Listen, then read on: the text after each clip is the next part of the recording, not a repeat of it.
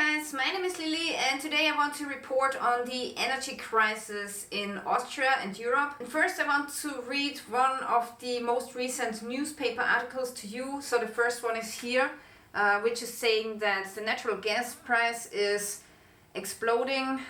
This year we had 60% of a higher natural gas price, and for 2023, for the next year, it's predicted that the gas price will double in price or triple, so it's going to be even worse. Now here you can see a German newspaper, and this one is reporting that we only have 4 months of energy anymore, and also the Germans now have installed a gas emergency plan with different steps, and for every steps there will be measures that will be taken. Now besides the natural gas price, the electricity price is also increasing. So in Germany it increased by 320%. So this is pretty steep. At least now the politicians in Europe and in Austria have woken up, and actually now they are really getting nervous, so they are meeting in emergency meetings on a regular basis now. Also here you can see the boss of the Austrian Institute of Economic Research, and he's saying that because of the natural gas shortage, this could lead to a doubling in the inflation rate. Right, this is a big topic now in Austria. So in Austria we only have one big refinery, and it's situated in Schwechat, which is near Vienna.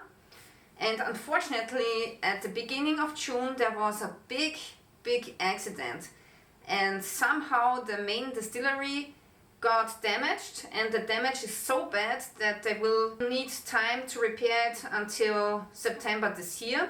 So right now it's not producing any gas or diesel for us, and the repair work is going to cost 200 million euros.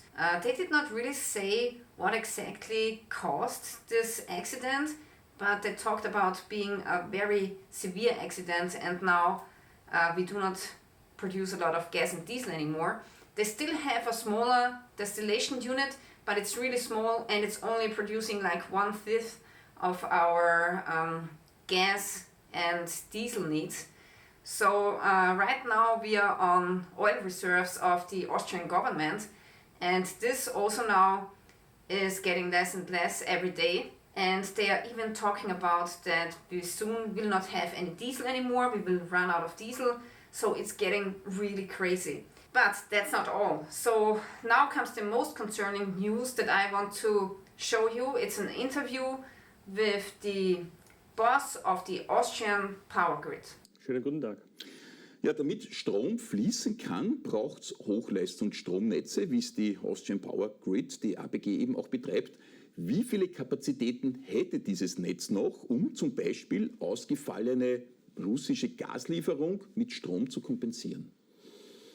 Also unser Stromnetz, das österreichische Hochspannungsnetz, ist Teil des europäischen Stromnetzes, und man kann es ganz offen sagen, wir haben lange von der Substanz unserer Vorväter und Vormütter gelebt, die das Stromnetz aufgebaut haben, aber wir sind jetzt da eigentlich im Grenzbereich angekommen. Also zusätzliche Kapazitäten jetzt für den Stromtransport gibt es kaum noch. Und speziell Österreich ist hier wirklich in einer misslichen Lage. Wir sind jetzt schon in der Situation, dass wir das, was wir handelstechnisch kaufen im Ausland und importieren möchten, physikalisch sehr oft nicht liefern können.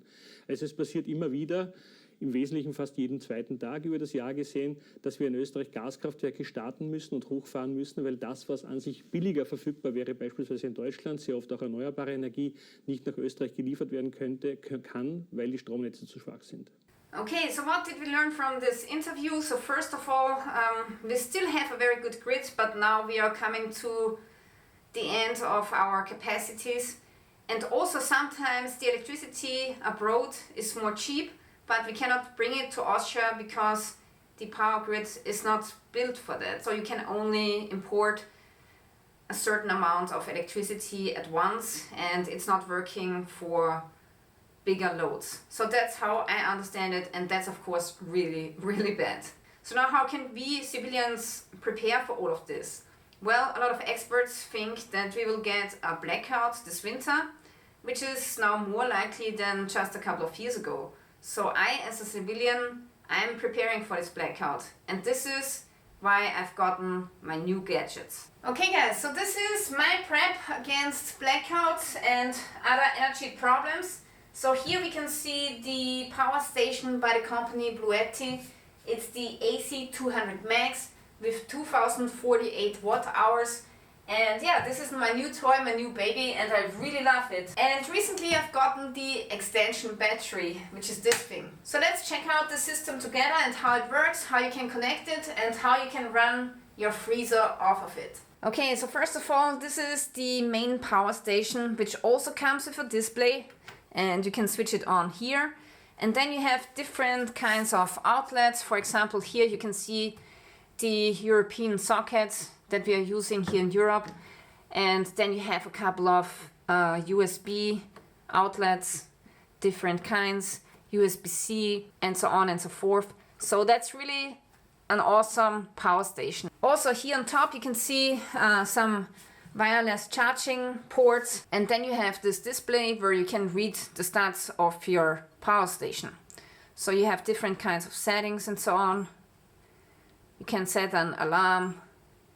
Here are the data sheets and so on. And the really cool thing about this power station is that you can either recharge it with your solar panels, and also you can take this thing with you in the car, put it at the passenger seat and recharge it from the 12 volt socket in your car.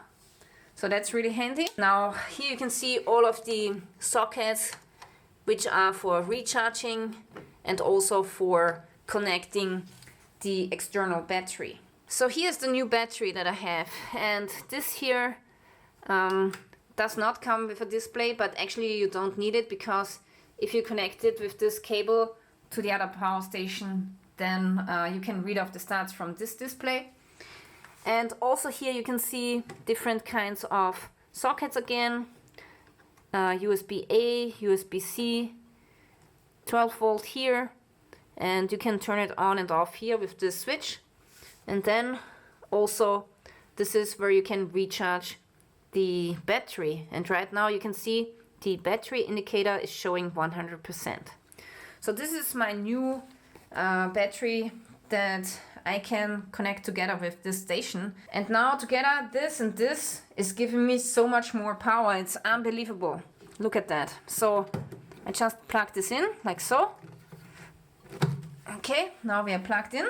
Alright, so now I want to make a test and run my freezer with this power station and the extension battery. And I want to plug in the freezer here. But now I have to wait until the compressor of the freezer ceases, because if you unplug it now, you will get a continuous power surge of 800 watts. So it's better if you wait until the compressor is off and then you unplug the freezer and plug it into your power station. So while I'm waiting for the compressor to turn off again, I just got the next bad news. Look at this. The Energy Agency is warning that we are not over the hill yet. The IEA is estimating that this will be a very deep and complex energy crisis that the world has never seen before, and we are not over the hill yet, so it will become a lot worse. Okay, so finally the compressor has turned off, and now I'm going to plug it into the power station. So now it's 1 o'clock and 50 minutes, so almost 2 o'clock. So we will conduct a 24-hour test, and then we will see how much of battery we have used for our freezer. So while we are conducting this test, I want to go through the manual of my new extension battery, and it is called the B230.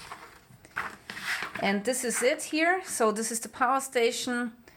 Here are all of the sockets that we saw before, and also it tells you how you can recharge this station even without connecting it to the main power station. And then here you can see that you can also stack the extension battery onto the main power station, which is nice. And this here is the charging unit, by the way. It's really big, and it's producing 58.8 volts, and it's a charging device for LiFePO4 batteries. So here are the specifications of the small extension battery. It's small, but it actually has 21.8 kilograms, so you can still carry it into a car and bug out with it. And also it has the same capacity as the big one. So now we have 2 times 2048 watt hours. So now I have 4000 watt hours. That's really, really good.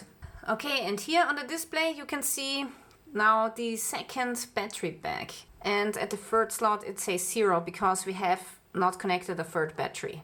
And right now the freezer is drawing 43 watts. Alright guys, so it's now exactly 24 hours later. It's 1:50 p.m. and right now the fridge is drawing 41.7 watts. Okay, and if you check the batteries, the first battery pack now is 64% and the second one is 47%. So now I want to calculate the average of both batteries. So if we divide that by 2, we get 55.5% left in both of our batteries. So that means that we could run this fridge another 24 hours with both of the batteries here, both of the power stations, until we are out of battery. Alright guys, so this was the 24-hour test of both of the AC200 Max in combination with the B230 extension battery. Okay, now if this was a real blackout situation, I would of course hook these power stations up to my solar panels, and I have 2 very powerful solar panels on the rooftop of my camper van, and then I would just extend those cables, come through the window here, and then I would just use these cables here and connect my solar panels to the power station. And with that of course we would extend the battery capacity. So let's say it's summertime and the blackout is happening, then we have a lot of solar power and we might even charge the batteries back to 100%. In winter time, or when it's very bad weather, so when it's raining a lot, then maybe we are not getting past day 4. So it really depends on what kind of solar panels that you have and how powerful it is and how fast they can recharge your power stations. Okay, now I want to find out if you can use this power station on its own without having the bigger one. Let's switch it on. Here we have the 12 volt socket, which I'm very interested in. And here we have a battery charging device with a 12 volt plug. Now we have to switch on the DC output. Okay, this is working. Okay, now it's off. Okay, so it's working. I can use the battery extension pack on its own. Okay guys, and this is how the power station looks if you stack it on top of each other. Looks pretty awesome. Yeah, and maybe we'll get the third extension pack and then I'm really ready for prolonged blackouts. I think the system is great and it will help out a lot of people in surviving blackouts and power outages. Okay guys, so this is it for today. I really want to thank you for watching, and if you're interested in either the power station here or the extension battery, then make sure that you are following the link in the description below. Stay tuned till next time.